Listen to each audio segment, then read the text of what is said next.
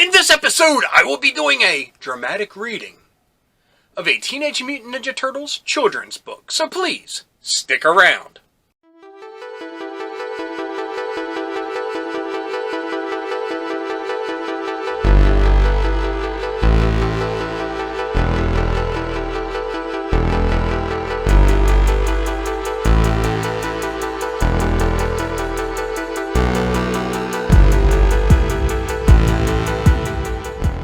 Hello, fellow dorks and dorkettes, and welcome to It Came From My Side of the Laundry Room.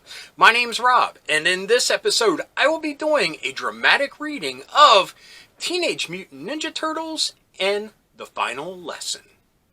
Now, first thing I want to point out is this book looks like something that we would have gotten from the Scholastic Book Fair when we were kids. Well, yes, I know there were some of you that probably rolled in there with a big wad of cash and could get any book that you desired. But for people like me, this was probably the best that we could have done because this had a cover price of $1.25. That would have been probably the sweet spot for the budget my parents would have allowed me to have. So it really reminds me of that. But this comes a few years after my time at the Scholastic Book Fair. This came out in 1990, and by that time I was well into high school. So a little bit out of the 80s realm that we usually focus on, but I mean, it's the Teenage Mutant Ninja Turtles, so I have no choice but to look at it. So, without further ado, let's get to the dramatic reading.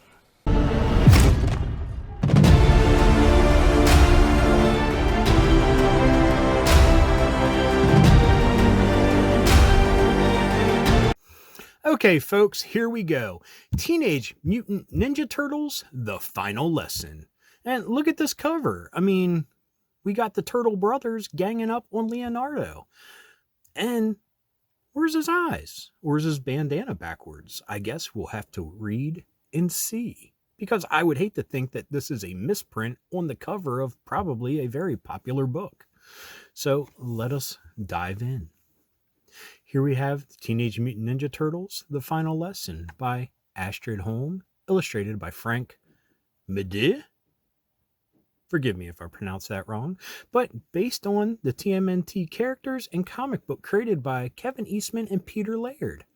Very awesome to see their names emblazoned on this children's book. And look, copyright 1990, like I said, Mirage Studios. Again, that is super awesome to see in a kid's book. Wow. Oh, look at all this stuff down here. Talk about the motion picture copyright.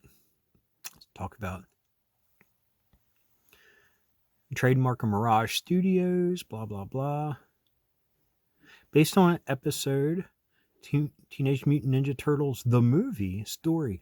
So I assume the possible animated movie? Interesting. Huh.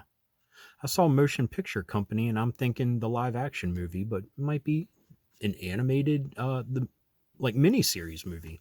But anyway, let us get into this work of literary art. Sorry about that. Not a good way to start if I'm getting tongue-tied already.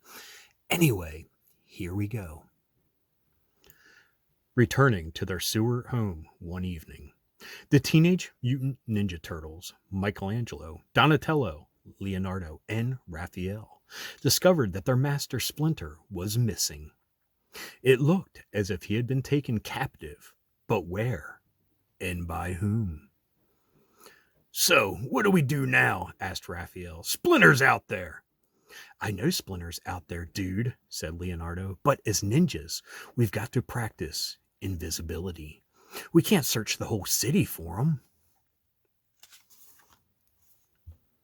Splinter had been kidnapped by the evil ninja Shredder, who was now holding the rat prisoner in a secluded warehouse.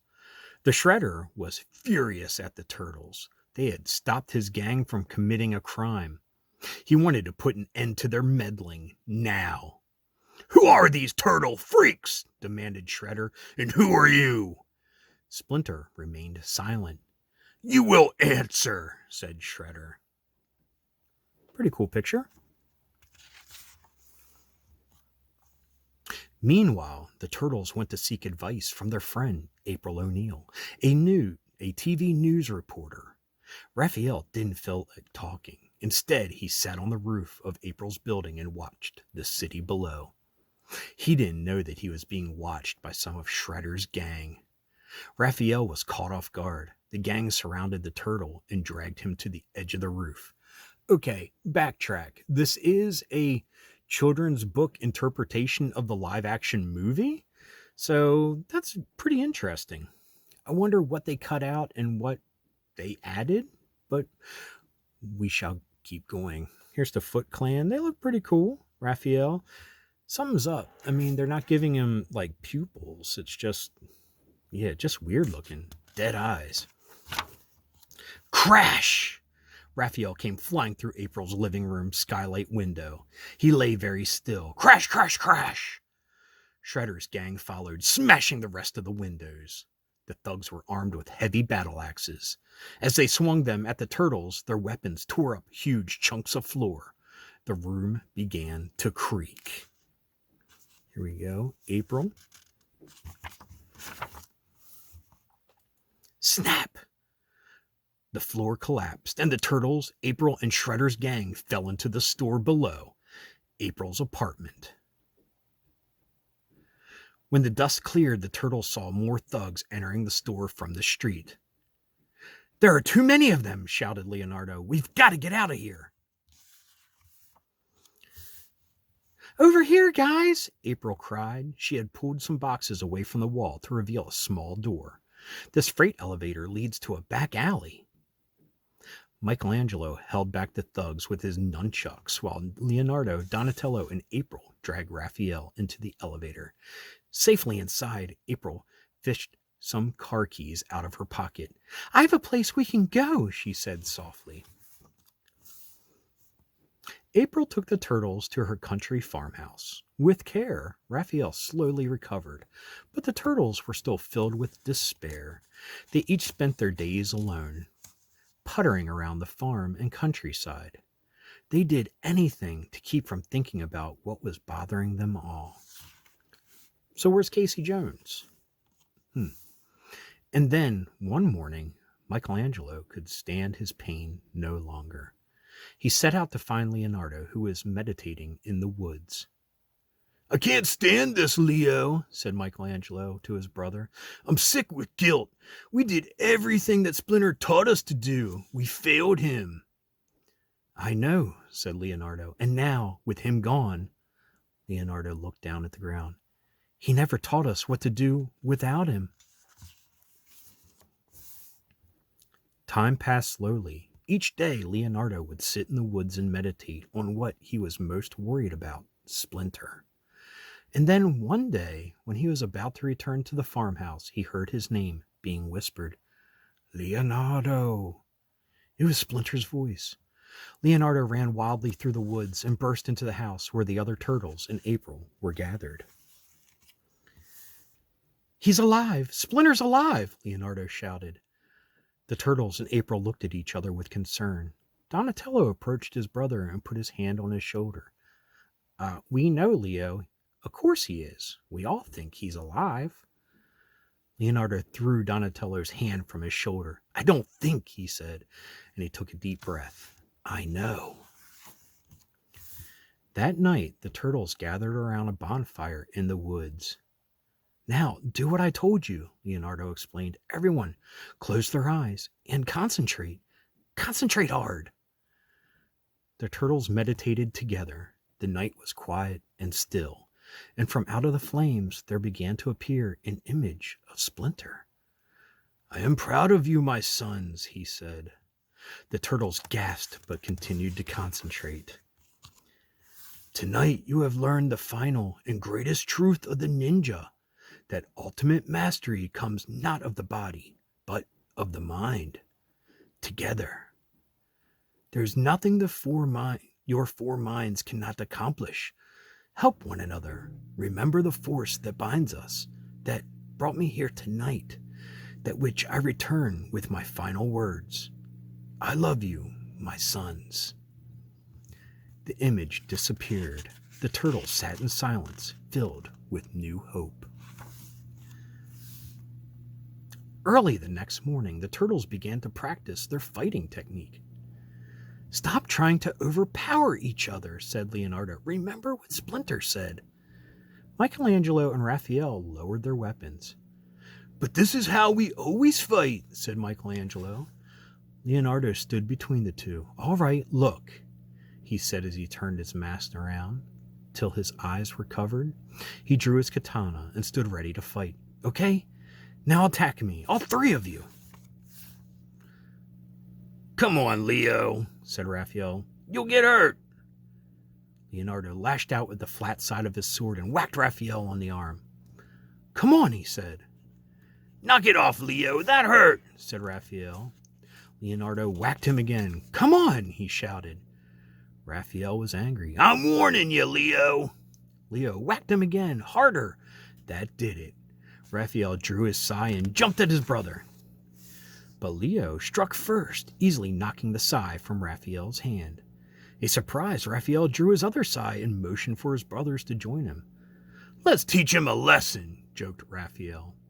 The three brothers attacked. Leonardo, 1, 2, 3. He disarmed them all. "Radical!" shouted Michelangelo. "Wicked bad!" cried Donatello. The three turtles turned to Raphael, who was still silent. Finally, a smile came over Raphael's face. "Totally awesome, dude. Like, you rule the world," he said as he grabbed Leo. "Do you realize what this means?"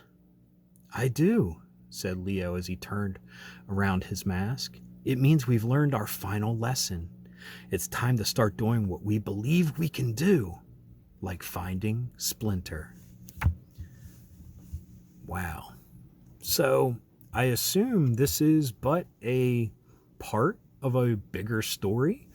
I mean, usually these were sold in box sets, but here we have the first battle and the final lesson. What's after those? Interesting. But yes, look, if only I would have read the back first. Join those radical reptiles, the Teenage Mutant Ninja Turtles, in these action-packed mini storybooks based on Teenage Mutant Ninja Turtles, the movie. So different to see the animated forms acting out what we saw in live action, and totally different. Like, where was Casey? He was a integral part in that part of the movie. So yeah, that totally sucks that he wasn't included. I mean, he was in the cartoon at the time, had a toy. Why wasn't he put into this? Anyway, back to me. Like I said, it's kind of interesting to see the animated counterparts of the Turtles acting out the things we saw in the live-action movie. I mean, that's kind of neat, because they were on point with their animated forms, other than the eyes. Those dead, soulless eyes are really weird.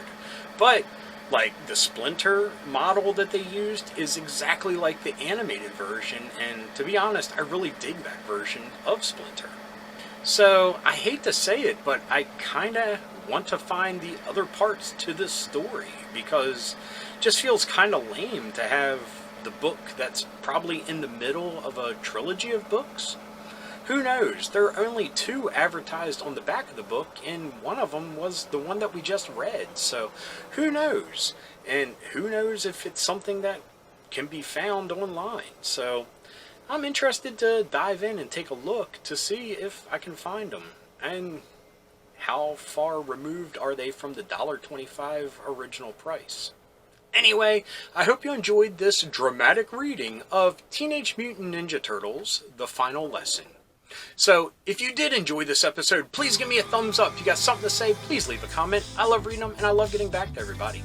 And if you're new around here and you enjoyed this, or any of the episodes that are being recommended by YouTube down here, please hit subscribe. And if you hit that little bell icon, you will be notified whenever there's a new episode. So anyway, until next time, thanks for watching. Keep being rad, and stay dorky!